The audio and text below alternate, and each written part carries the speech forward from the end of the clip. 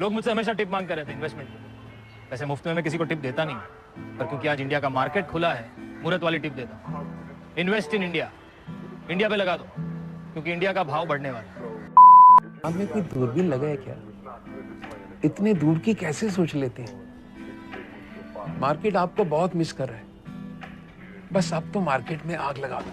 ਵੇਖ ਦੁਨੀਆ ਏ ਮੱਚਦੀ ਮਚਾਉਣੀ ਅਜੇ ਹੋਰ ਹੈ ਵੱਖਰਾ ਸਟਾਈਲ ਵੀ ਵੱਖਰੀ ਜੀ ਤੋੜ ਹੈ ਨੀ ਮੱਸੋ ਬਾਹਰ ਚੱਲਦੇ ਨੀ ਸਾਡੀ ਗੱਲ ਹੋਰ ਹੈ ਨੀ 24/7 ਚਿੱਲ